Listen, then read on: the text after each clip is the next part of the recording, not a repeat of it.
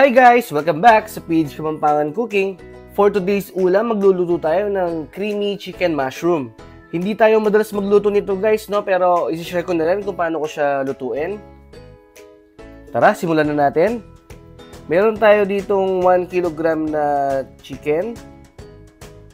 Kahit anong part guys, no? Pwede naman. Then nilagyan ko lang yan ng asin at saka paminta. At minasage ko lang ng mabuti hanggang sa malusaw yung asin.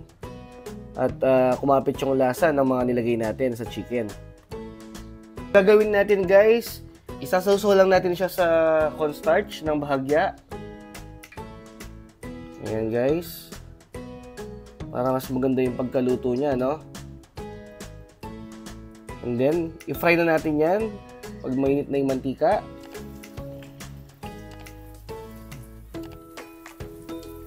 I-fry lang natin yan ng 8 minutes kada side sa medium fire. After 8 minutes, balik na rin lang natin.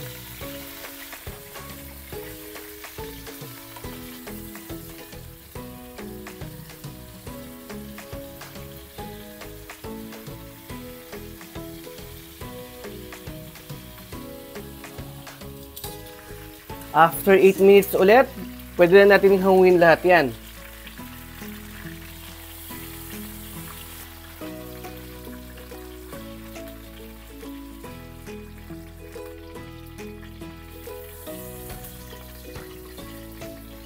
Then guys, isa lang natin yung natitira pang chicken.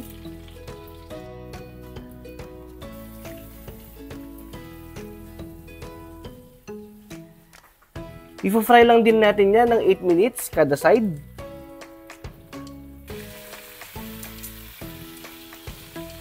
At ayan guys, pag ganyan na rin ang itsura niyan, pwede na natin hangawin din lahat yan.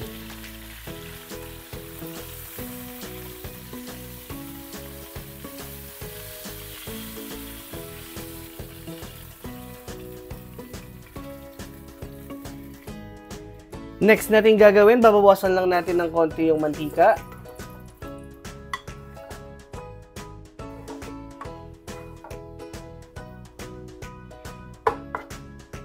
Pwede na yan guys. Then, maglalagay lang tayo dito ng butter.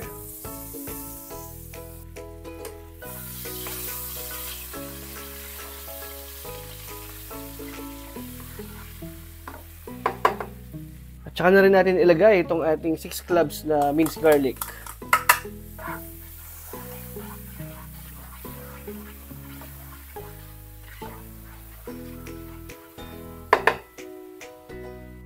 At kapag medyo light brown na yung bawang, isunod natin itong 2 pieces na medium size na sibuyas.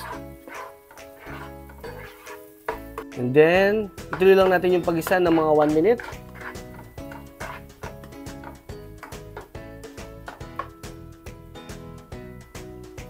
After 1 minute, maglalagay na tayo ng 1 big can na sliced mushroom.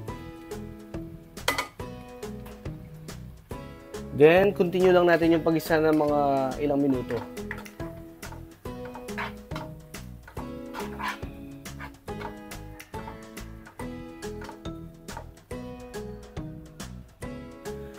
After 3 minutes, maglalagay na tayo ng 1 small can na kebab. At saka 250 ml na Nestle cream or kahit na anong all-purpose cream.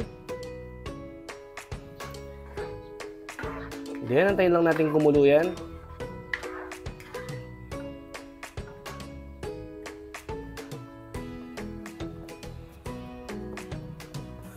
Guys, sorry, hindi pala naka-play yung video natin kanina, no?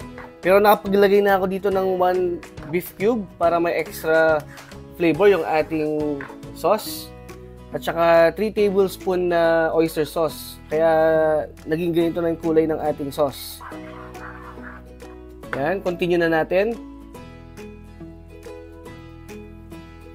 Maglalagay pa tayo ng konting tubig guys para hindi ganun kalapot yung ating sauce.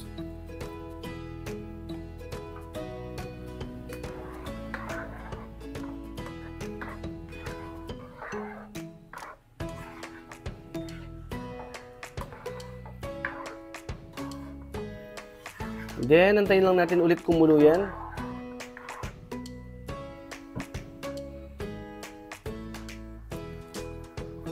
And guys, after few minutes, kumukulo na siya. Siguradong lusaw na rin yung lagay nating beef cube. This time naman guys, titikman na natin siya para ma-adjust natin yung lasa.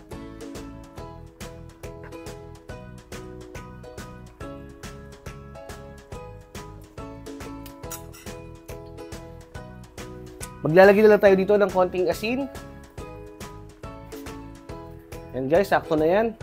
At saka konting betchin, pampalinamnam. Yan, haluin lang natin ng bahagya.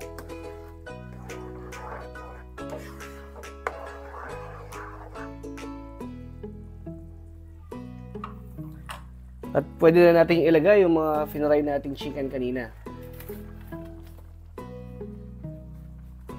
Ilubog lang natin ng maayos yung mga pinirito nating chicken para mas kumapit yung lasa ng ating sauce.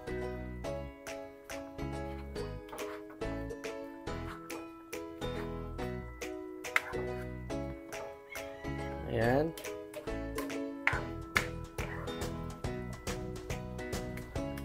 At papakuluan pa natin yan ng mga 5 to 8 minutes.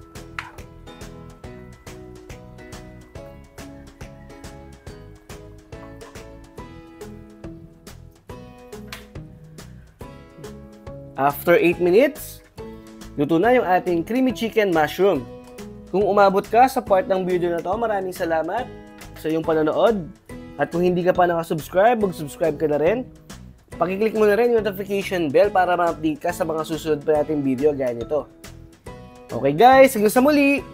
Bye!